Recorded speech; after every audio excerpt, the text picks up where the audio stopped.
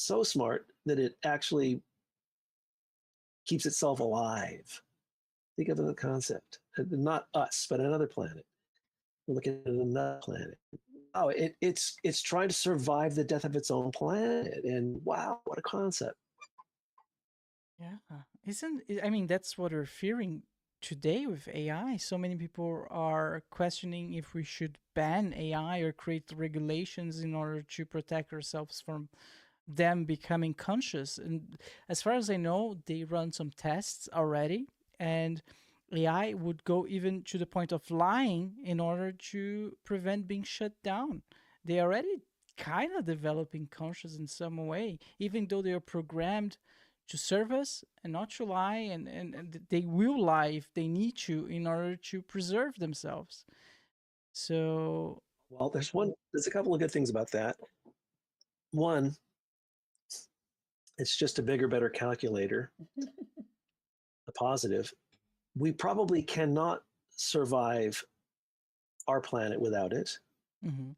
So it's a necessary tool to accelerate technology and genetics to be able to leave the planet. Think about it like that. And yeah, there's going to be a catastrophe that's going to help form us to regulate it. But it's already been said that AI cannot create, period. It has to reference things that that it knows. Yeah. But cannot create, and that's the safeguard that we have. Hmm. It's an internal referencing system.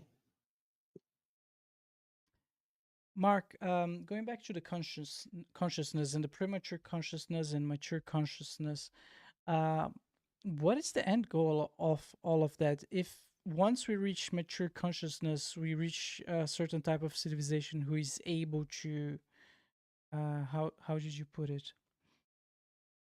Um, Yeah, I think they're calling it a auto type 1 civilization. type one civilization. What is the end goal? Like, is the end goal of consciousness for every civilization to become God or some type of something like that? Because Wonderful that's question. feels like the direction, right? We first take Yeah. control over our space or our survival, and then or maybe solar planet, and maybe do you like where is this going? Yeah, well, there's some determinations to that. So let's just say that Earth exceed it and get it off the planet before it got too hot. Everything died. Or today, everything died. Our self-annihilation killed everything. And it's too far along its thermo calendar to restart life and become successful again. So it would never really reach maturity, like you're saying. Let's just say that that's the case. Then you evaluate what's been going on, and you can see, like, wow, this planet has tried to ignite consciousness and then grow it. So Earth today would have you would be able to gauge it. Well, how far did humanity grow if it doesn't exist anymore? Well, it got to AI. See, and then it's too bad Earth didn't survive. It got to AI. It didn't. It got past a locomotive. You know, it got past printing. It got to the locomotive, but it didn't get to. Uh, it didn't get to like its own flying saucer stage. It didn't get to levitation. So it only reached AI. If you can gauge, you can literally gauge technological growth that way. The real true calendar is watching technology grow and innovation. And innovation is two things making something new. And everything we have, including AI, is that. It's a development of first you have to invent this, then you got to invent this, and then this can occur. You have to make electricity first. You have to discover microwaves. Then you can have a microwave oven in that order. And every single technology is linear like that. And that is our future and our survival. So, not to get too far off track with your question, but uh, what I'm trying to show you is that this is about the growth of consciousness, period. All of it seen through technology. And why do that? Well, obviously you'd want to grow it to its maximum. Why would you grow an apple tree and then cut it down before it produced apples? Right? You're waiting for it to grow. So if we're inside a system that is growing consciousness, it wants to grow it to its maximum. Okay, so what is that? Like you're saying, are we trying to be God? Or what is the final determination of growing consciousness to its maximum? Well, we don't know for sure, but we do know this, that there's, I call it from bang to burnout. So there's a big bang, however you want to define that, and there's expansion, and then there's the ignition of light. And light is like our sun. Okay, that burns out. And eventually all the stars never made will burn out completely. And that's estimated to be in 3 trillion years. So we have from the day we leave Earth to 3 trillion years from now, when all the light burns out. I'm not saying that's the end of life, but we can actually gauge that's the end of light as a marker, which I call maximum conscious growth. You can't grow any farther than that without light. And there wouldn't be any purpose to. So what I've come up with is it's just fantasy, but I call it the unigalactic conscious harvest. Unigalactic conscious harvest. Harvest, right? All right. So whenever you're growing something, if you're growing, if you're growing cantaloupe or tomatoes, you're going to harvest. So now that we know that it's conscious growth, well, who's growing it, and when are they going to harvest it? So another little easy way to look at this is like you have been created, right? Mm-hmm. Yep. Yeah. Can you agree to that? I do agree. Okay. Yeah. Okay. So this is very fundamental. So if you've been created, you have a creator. It's undeniable, right? Mm-hmm. My mom and my dad. Otherwise, Yeah. you're a god, right? Goes all the way back down to the very originating organic source of that, which we'll call bacteria. But to keep things simple, you've been created, so you have a creator, whether it's through your parents and that lineage. So who is that? Obviously, look at this system. We're in the solar system that created you. Somebody devised this with an intention, and the intention is to grow consciousness. Excuse me. No worries. The intention is to grow consciousness to its maximum, like any growth product.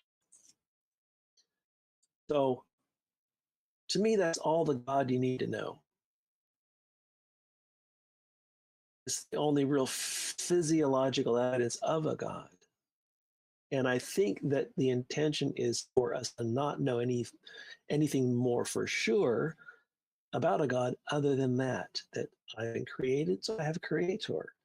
And it's a positive growth process for something bigger than I'm involved in the product. I'm not the creator of the product, and I have to accept that I'm a part of this grander growth process. Well, what is that? And I think that the reason why those answers are held from us is because if we knew, right, we wouldn't no longer perform. And I call it hidden true origin.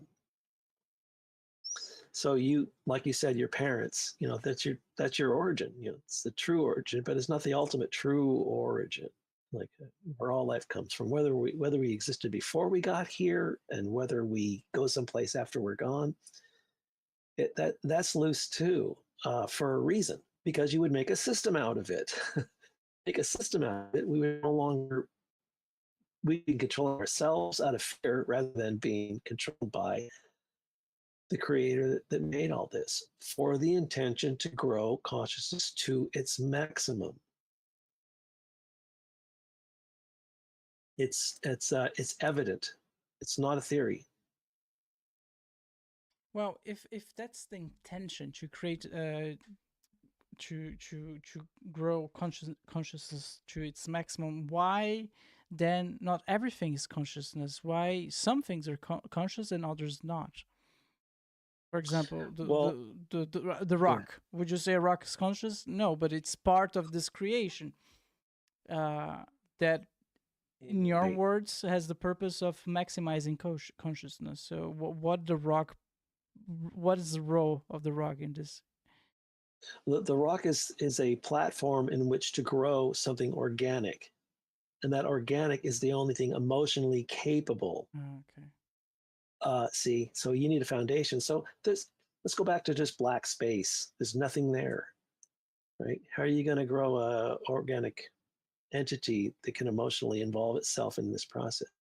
It's not going to float around in space. It's 220 degrees below zero. Nothing, not even a tardigrade. So you have to, the best platform, and this is what's great about the universe as hidden true origin. So the ignition of matter and the expansion of matter actually is the formula for hidden true origin.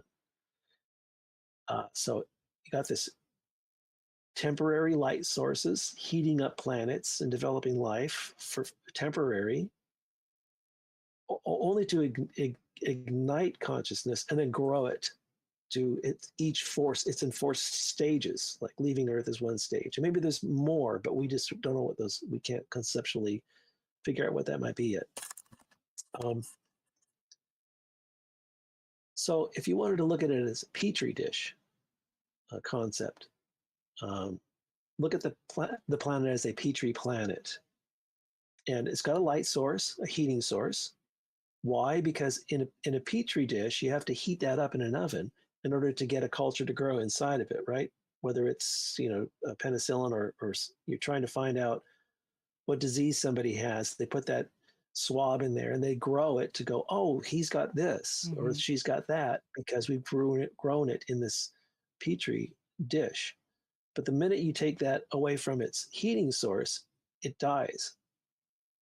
So that's what we're doing. We're being heated by a temporary source in order to come up with this technology to survive the planet. It's so blatantly obvious to me after studying for 10 years. This is like, wow. It's kind of overwhelming to really see it all. It's like, wow, I see the whole thing and the reason why. Back to hidden true origin, really important. So if you and I both knew really where we came from, our true origin, you and I eventually would rationalize, well, why stick this thing out? Let's just go home now, right? We don't want to wait for a cancerous tumor or get hit by a bus. I mean, these are pretty scary. I mean, life's pretty scary if our lives will end for sure, right? We're not going to live past 120, right? Wow. I mean, that's max. If depending who you ask, maybe if you ask Doge, they found some people who have been living for 200 years. But yeah, in theory, not more than 120 max. You're right. So, so what I was getting at is that our logic works the way it does, and you and I perform actions to signify an identity, a more stronger identity of ourselves, because we lack true origin. That is the engine for action. Or we wouldn't act at all. We'd be couch potatoes, like, oh, I know where I came from. I'm just going to wait to go home. I'm not going to do anything. We wouldn't be motivated. So there's an intent to hide true origin through the expansion of matter. The way we're looking at an engine. The second anybody realizes where they came from and it's just right over there, well, I'm going home. Forget this stuff. It's cold out here. I mean, this logic would take over and humanity would end. Oh my God, Mark, I have so many questions, but we need to go into a short sponsor. We need to go into a short sponsor break. You're gonna be right back. Is that okay? Okay. All right. See you soon. Awesome. Thanks.